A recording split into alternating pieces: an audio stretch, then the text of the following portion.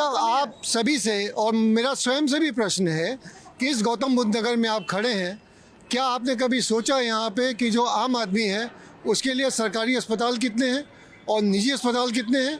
पानी खटिया तर रहे, आप चिल्लाए। हम आप यहाँ पे कूटनीतिक चर्चा जरूर कर रहे हैं, लेकिन हम सबकी ये जिम्मेदारी है, मौलिक जिम्मेदारी है कि एक नागरिक के तौर पे आप अगर भाई साहब आप अगर बता सकें इस गौतम बुद्ध नगर में निजी और सरकारी अस्पतालों का अनुपात कितना है, क्या आपको आइडिया है? क्या आपको ये पता है? क्या आपको ये पता है? साहब सुनो, नहीं तारीफ नहीं, मैं सवाल पूछ रहे हैं ना सर। आम जनता का जो तारुफ है वो तो उनकी समस्याओं से होगा। 50 साल से हमने कितना हॉस्पिटल बना भाई साहब सुनिए, सरकारी स्कूल कितने हैं भाई साहब और निजी स्कूल कितने हैं? आम आदमी कितना परेशान। किसी की तारीफ नहीं कर रहे अमर जी, वो सवाल उठा रहे हैं। अमर जी नाम है उनका। हाँ। अमर जी हमारी सुन लीजिए, जनता की सुनिए। मैं ये कहना चाहता हूँ सभी से कि आप सभी लोग अपना जो ऊर्जा है उसको, अगर हम सरकारी स्कूल नहीं है, आम आदमी का बच्चा पढ़ नहीं पा रहा है, निजी स्कूलों में फीस इतनी ज़्यादा है, आम आदमी कौन है? सभी हैं, हम आप सभी हैं। तो निजी, अरे भाई साहब मैं सरकार की बात बड़े भाई ने एक बड़ी अच्छी बात की। मैं बहुत बड़ा देशभक्त हूँ, इतने बड़े देशभक्त है, इस नोएडा में आने से डरते थे कि हमारी कुर्सी ना चली जाए, हमारी सत्ता नहीं चली जाए। और ये कांग्रेस के मित्र भाई जब परमाणु परीक्षण ना कर पाए, नरसिंह राव जी जब अटल बिहारी वाजपेयी जी प्रधानमंत्री बने, चुपके से चिट्ठी देते हैं, परमाणु परीक्षण होता है। और एनडीए की गठबंधन सरकार थी, जब अमेरिका का दबाव नहीं देना, अब तो पूर्ण सरकार है और पूर्ण रूप से भारतीय जनता पार्टी और एनडीए सरकार है। आप किस लिए दबेंगे? और भैया देशभक्ति जो कह रहे हो, संघ की बात करो, आरएसएस की बात करो, वहां पे हमेशा आपने कभी चिकित्सालय नहीं खोले, कभी लाइब्रेरी नहीं खोली, जाइए ना आरएसएस के मुख्यालय के, जो जहां पे बच्चों को फ्री में पढ़ाई करवाई जाती है। आप बताइए ना, कांग्रेस के किसी भी संगठन ने, आपका भी तो एक संगठन था, कौन सा, उस संगठन में कितने आपने चिकित्सालय बनाए? वापस लौट रहे हैं। हाँ जी, आपको क्या लगता है? कूटनीति बहुत अच्छी है, इससे ज्यादा हो नहीं सकती, इससे बढ़िया। आपको लगता है कि बहुत बेहतर है और कोई नहीं कर पाता इससे बेहतर। इससे बेहतर। एक सेकंड हाजी नाजिम जी, एक सेकंड सर, एक सेकंड हाजी नाजिम जी, तारीफ हो रही है भारत की कूटनीति की। हाँ पूजा जी, देखिए पहले तो मैं आपके शो की तारीफ करूंगा कि किस तरीके से इंद्र देवता बरस रहे हैं और इंद्र देवता के बरसने पे आपका शो चल रहा है और जनता में कितना बड़ा उत्साह है। इस बारिश में भी वो खड़े हुए शो में, काबिले तारीफ है, मैं तो दिल से सलाम करता हूँ। और रही बात ये, जब हम कभी छोटे थे तो एक वो सुनते थे कि मिले सुर मेरा तुम्हारा तो सुर बने हमारा।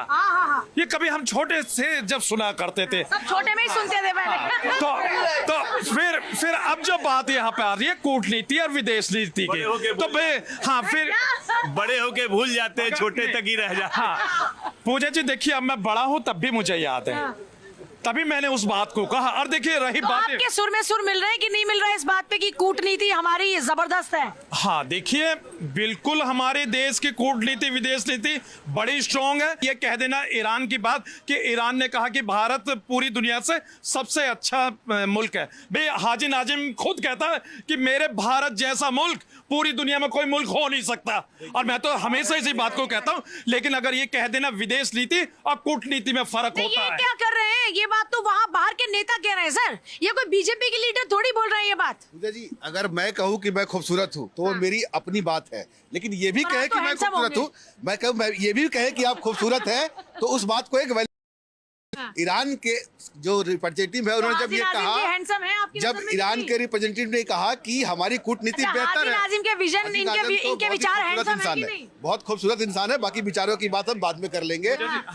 बाकी जो अमर सिंह जी ने कहा उससे मैं एक हाईली ऑब्जेक्शन दर्ज कराता हूँ। उनका देश प्रेम बड़ा होगा पर हमारा छोटा है, ये सर्टिफिकेट हमें इनसे नीचे। आपका भी बड़ा है, आपका भी बड़ा हो सकता है। मैंने कहते हैं देखिए, जिम्मेवारी की बात अभी हमारे एक जनता की तरफ से आवाज आई।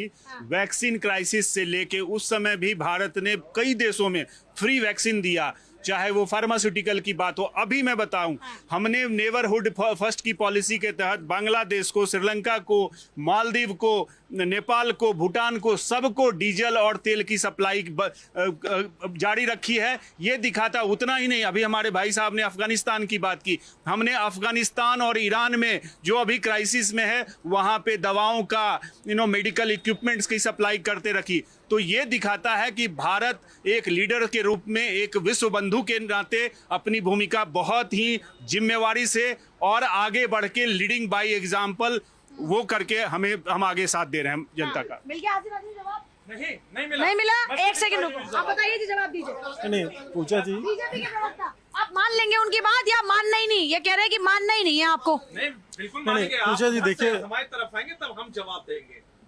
पूजा जी देखिए, यूजुअली हम इस कार्यक्रम में आते हैं तो एक गंभीर चर्चा होती है हमारे यहाँ पे और दर्शकों को भी मैसेज जाता है। हमारे भी सोशल मीडिया पे कमेंट्स आते हैं कि इस प्रोग्राम में ऐसा हुआ था, तो हम उसको वॉच करते हैं। अब इतना गंभीर मुद्दा है, भारत देश जब नेतृत्व कर रहा है तो कुछ लोगों को खुजली मचना स्वाभाविक सी बात है। देखिए, मैंने एक बात बोली थी कि नेतृत्व करता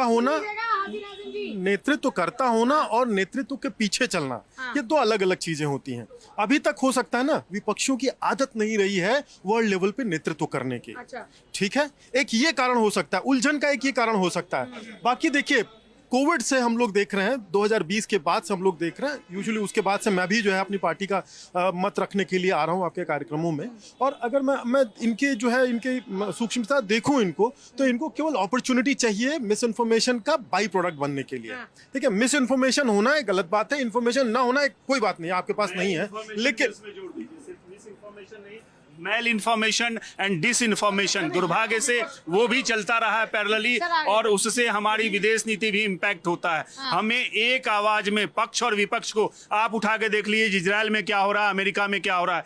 पक्ष और विपक्ष जब देश की बात होती है तो दोनों मिलकर एक बुलंद आवाज खड़ी करता है और वो मैटर करता है बहुत। कोविड के समय जो स्थितियां हुई और भारत ने उनको कैसे हैंडल किया, कूटनीति जो है डिडोरा पीट करके राहुल जी की यात्रा की तरह से नहीं होती कि आप गए थे कौन सी दुकान खोलने, खुल गई कौन सी दुकान। तो भारत का नेतृत्व उस तरह से तो काम करेगा नहीं ना। 140 करोड़ जनता का जवाब देना है। यहाँ पे खाली अपनी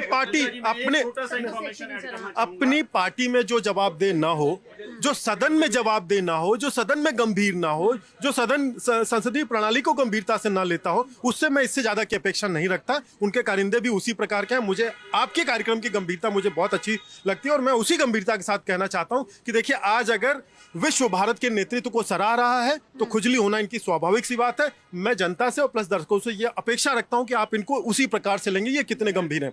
बाकी देश के नेतृत्व पे सदन में सवाल पूछे जाते हैं, सड़कों पे नहीं, मिस इन्फॉर्म नहीं किया जाता है। देखिए, कोई कमी नहीं है, डीजल और पेट्रोल की कोई कमी नहीं है, बस एक हाइपर क्रिएट करके ये आपका, मैं बड़ी गंभीरता से कहना चाहता हूं सारे दर्शकों को कि थोड़ा धैर्य रखें, विपक्ष के भुलावे में ना आए और होर्डिंग के चक्कर में ना पड़े। स्थितियां उतनी नहीं बिगड़ी हैं जितनी ये प्रस्तुत कर रहे हैं, तो हमें गंभीरता रखनी चाहिए। ये कांग्रेस वाले माहौल खराब कर रहे हैं। साक्षात को प्रमाण की क्या आवश्यकता है? है, जो एक देश युद्ध में फंसा हो, उसके नुमाइंदे कह रहे हैं कि आपने गंभीरता का परिचय दिया।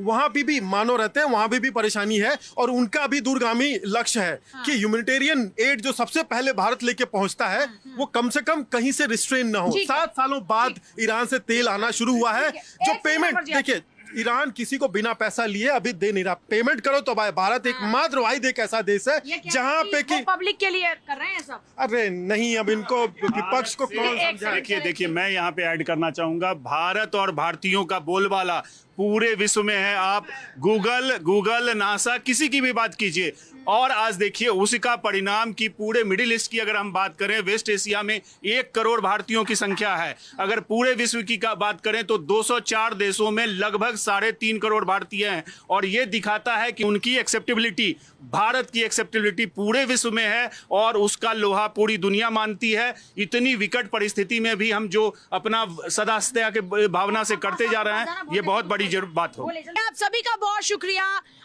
बहुत शुक्रिया। कुल मिलाकर देखिए, ये कहा जा सकता है कि भारत, ये उभरता भारत है और जरूरत हर देश के लिए होती है कि वो अपने हितों को साधते हुए पड़ोसी देशों के साथ में और दुनिया में बाकी के देशों के साथ में अपने रिश्तों को बेहतर बनाए। यही कूटनीति होती है, सफल कूटनीति होती है। आज के लिए इतना ही। आप देखते हैं भारत 24। नमस्कार।